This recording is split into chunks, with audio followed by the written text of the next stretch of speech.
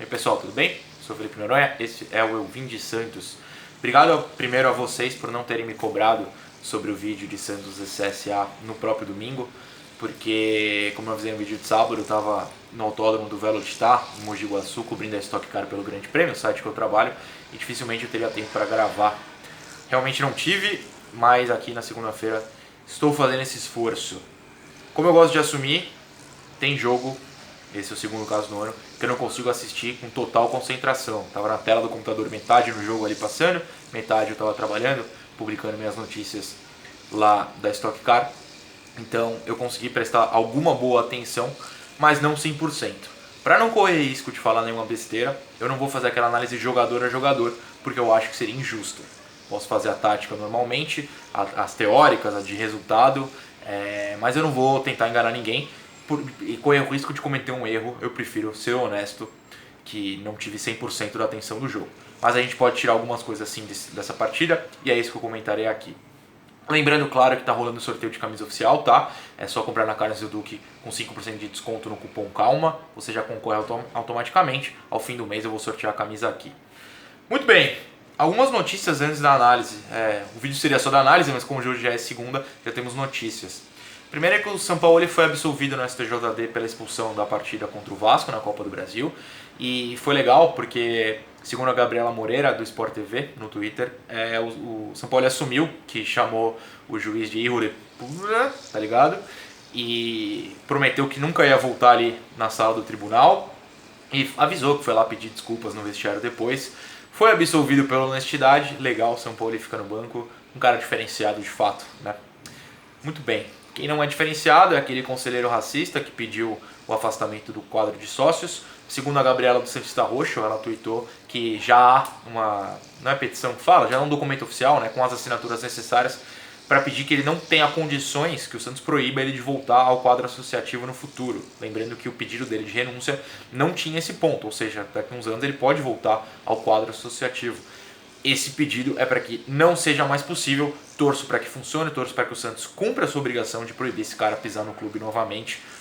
Eu defendo que ele seja preso, isso é outra história, a gente discute justiça em outro lugar. Uma terceira coisa que eu quero comentar, algo que o Rafinha, o lateral direito do Bayern, falou sobre quando ele foi treinado pelo Guardiola no Bayern. E ele falou o seguinte: Guardiola cansou de exibir vídeos de jogos no Brasil. Ele mostrava os lances do Corinthians, do Atlético Mineiro na época do Ronaldinho e também acompanhava o Cruzeiro. Muitas vezes era para mostrar como não fazer e assim melhorar o nosso desempenho.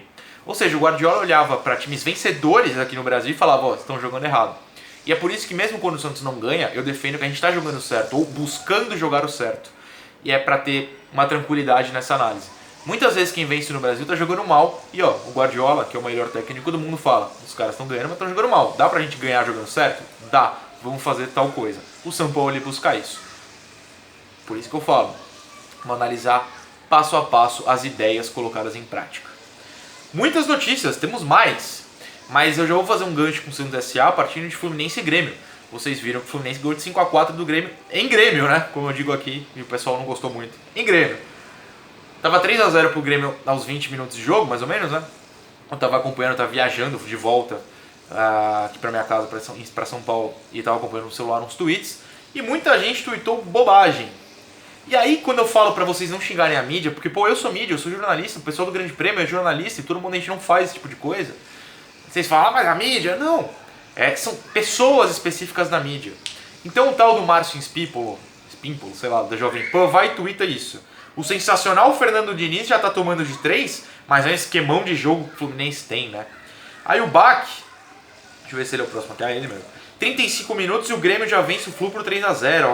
Agora vamos aguardar os poetas falarem da posse de bola, do toque de bola e blá blá blá. O Menon, que eu gosto muito, mas ele fez um texto: Diniz e o eterno flerte com fracasso. Aí ele recuperou esse texto para comentar: 20 minutos 3-0, tem quem goste. Tem mais, tem um outro aqui, Liberta Depré, que não sabe nem escrever, erro de português grotesco. Se o Grêmio continuar nesse ritmo, vai ser o maior goleado brasileiro.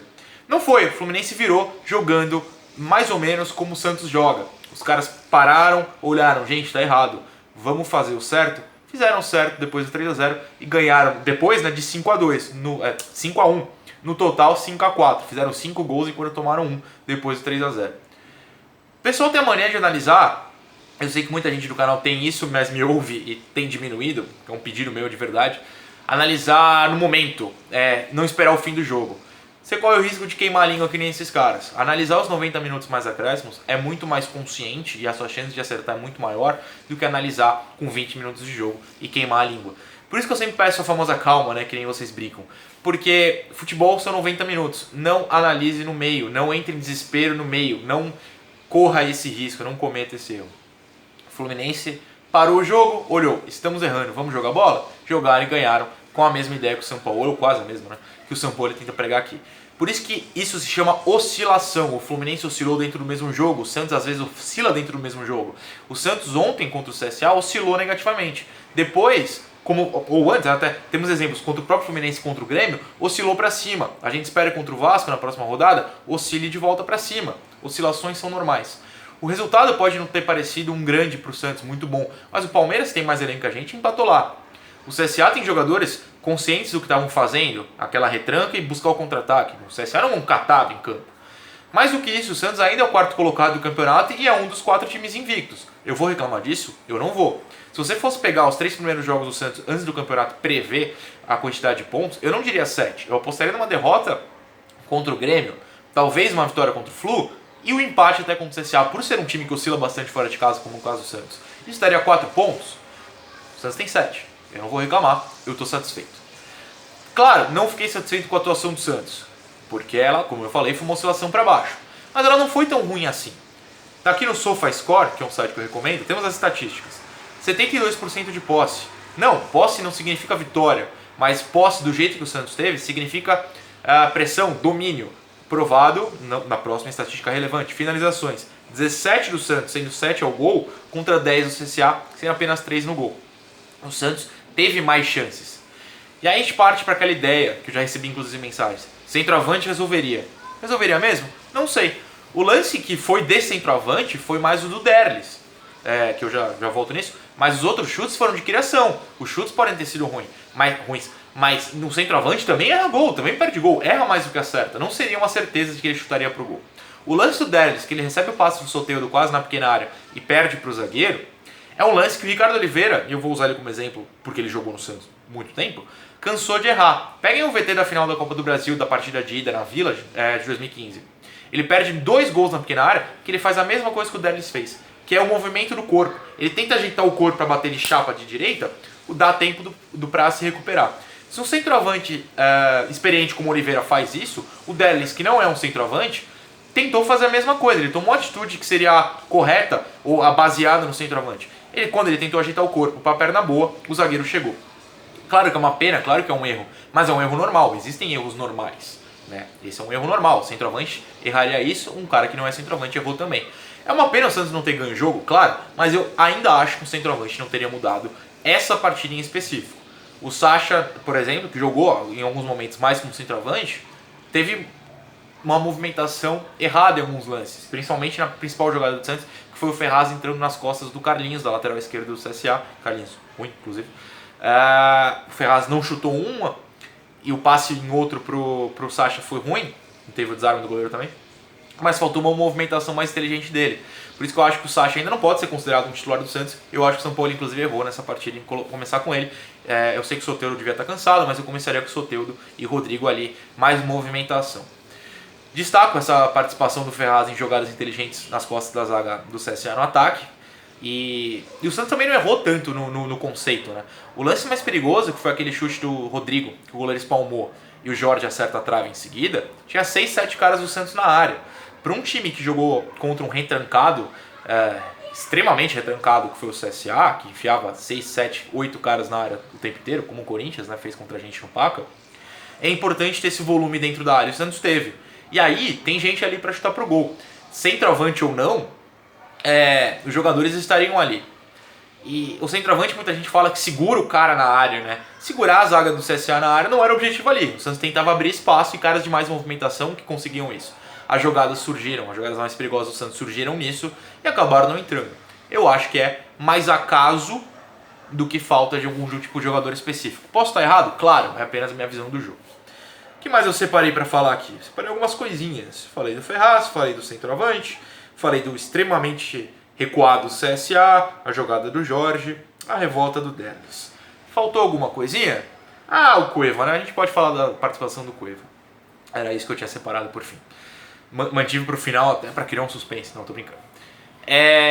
Vi muita gente revoltada com o Cueva, mas é assim, é um cara que não é titular todo jogo, ainda não se encaixou no sistema de forma perfeita, não teve a pré-temporada. Alguns jogadores demoram mais. Eu não vi o Cueva como culpado pelo resultado. Então, para você acusar e procurar um culpado, que é uma mania que a gente tem, né, quando no resultado não é ideal, o Cueva, porque tirem esse negócio do valor do que o Santos paga ao clube russo de motivo em campo. Analise apenas o campo.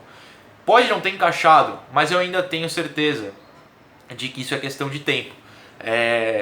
Outros jogadores não encaixaram e foram tirados e custaram menos, mas a gente não culpa os caras só pela questão do dinheiro. Eu acho errado. Eu peço sim paciência com o Cueva e com todos os outros. Inclusive recebi uma mensagem do Rodrigo. O Rodrigo não é decisivo, não decide nem contra o CSA. Amigo, ele não jogou mal, ele criou chances. Às vezes a bola não entra. A sanha de buscar culpados no torcedor brasileiro é algo que me incomoda bastante e eu imploro a vocês, parem de caçar culpados. Analise. Se o cara tiver lances que de fato ele seja culpado, aí você pode acusá-lo de tal.